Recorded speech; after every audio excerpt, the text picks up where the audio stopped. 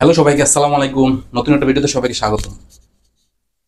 রিশাদ হোসেন কেন দলে নেই বা তাকে কেন একাদশে রাখতেছে না, এটার সবচেয়ে বড় কারণ হলো টিম কম্বিনেশন। টিম কম্বিনেশনের কারণে কিন্তু সে দলে লাস্ট 3 ম্যাচে খেলতে পারেনি।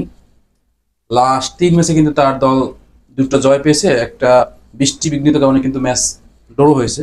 কিন্তু সেই ম্যাচটা কিন্তু জেতার মতন পরিস্থিতি ছিল। প্রথমে 11 ওভার 3 বলে কিন্তু 111 রান 3 উইকেটে।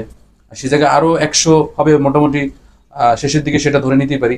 পাকিস্তান সুপার লিগে PSL এ 200 বা 200 ঊর্ধ্বে রান করাই মানে ওই দল ম্যাচ জিতে যায়। আর সেটাই হলেও হতে পারতো। তবে সবচেয়ে বড় এখন আমাদের কাছে প্রশ্ন যে কেন তাকে খেলানো হচ্ছে না। একে কিন্তু লাহোরে বা হোমে একটা ম্যাচ কিন্তু তাকে খেলানো হয়েছিল 2 ওভার, এবং স্পিন এই মাঠে কিন্তু প্রতি 20 ওভার পর একটা উইকেট পায়। সেক্ষেত্রে স্পিনের হয়তোবা এই জন্য নেয়নি। পাশাপাশি তাদের দলে কিন্তু পেস বলারের অভাব নাই। 5 জন ভালো মানের বিশ্বমানের পেসার, এবং সেজন্যই তাকে খেলাচ্ছে না, মানে নিজের মাঠে।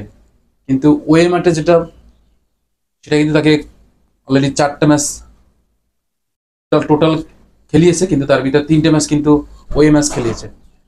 এখন যেগুলো ম্যাচ লাস্ট খেলছে তাদের কিন্তু নিজস্ব মাঠে, লাহোরের মাঠে, হোমের মাঠে। এই জন্যই তাকে দলে নিচ্ছে না বা একাদশে রাখতে পারতেছে না। আজকেও কিন্তু করাচি কিংসের সাথে লাহোর কালান্দার্সের ম্যাচ আছে, হয়তো আজকেও খেলালেও খেলাতে পারে, না খেলার সম্ভাবনা সবচেয়ে বেশি। এটার কারণ ওই যে আমি আগেই বলে দিলাম। এটাই সবচেয়ে বড় রিজন আমাদের কাছে মনে হচ্ছে। আপনার কাছে কেমন মনে হচ্ছে অবশ্যই কমেন্ট করে জানাতে ভুলবেন না। লাইক করুন, শেয়ার করবেন। পাশাপাশি আমার ভিডিও যদি ভালো লাগে সবসময় ভিডিওগুলো দেখবেন। সবাই ভালো থাকেন।